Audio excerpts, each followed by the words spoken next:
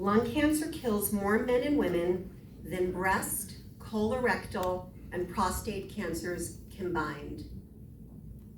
1 in 16 Americans, look around the room, will be diagnosed with lung cancer. Every 2.2 minutes, someone in this country hears the words, "You have lung cancer." Every 4 minutes, someone dies from lung cancer. Increasingly, lung cancer is becoming a woman's disease. They don't know why. It's all over the news. The #1 cancer killer of women in America is lung cancer, taking more lives than breast, ovarian, and cervical cancers combined a year. Everyone gets mammograms. Everyone is running. It is killing more than those 3 cancers combined a year. The rise among younger adults, and these are women that are 20, 30, and 40, not only women, it's happening to men, but it's more often in women, young mothers, is staggering. Yet despite these facts, federal research funding still fails to meet the scale or urgency of this crisis. This year, Congress eliminated the lung cancer portion of the congressionally directed medical research programs, which is the only federal funding specifically designated for lung cancer research. That budget has now been reduced to $0. Zero. It is astounding and it's indefensible. That is why Congress Gottheimer's leadership matters so much right now. He is introducing 3 critical bills, you've heard about it. First, to create the task force within the HHS to address the lung cancer screenings and the severe disparities in research funding.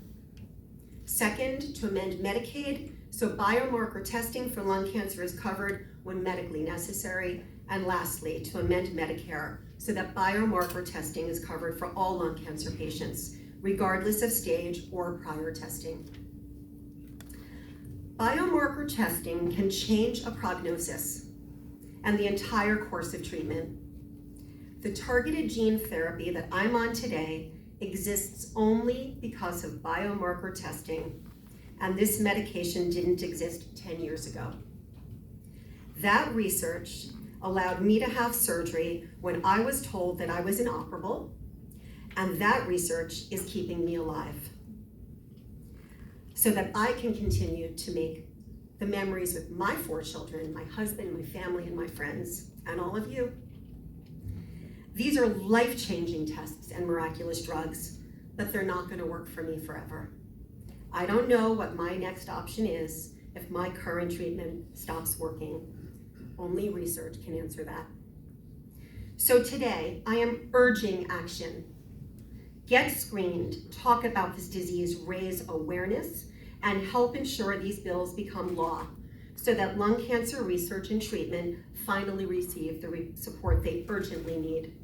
No funding means no research, and no research means no cure or progress for the #1 cancer killer in America.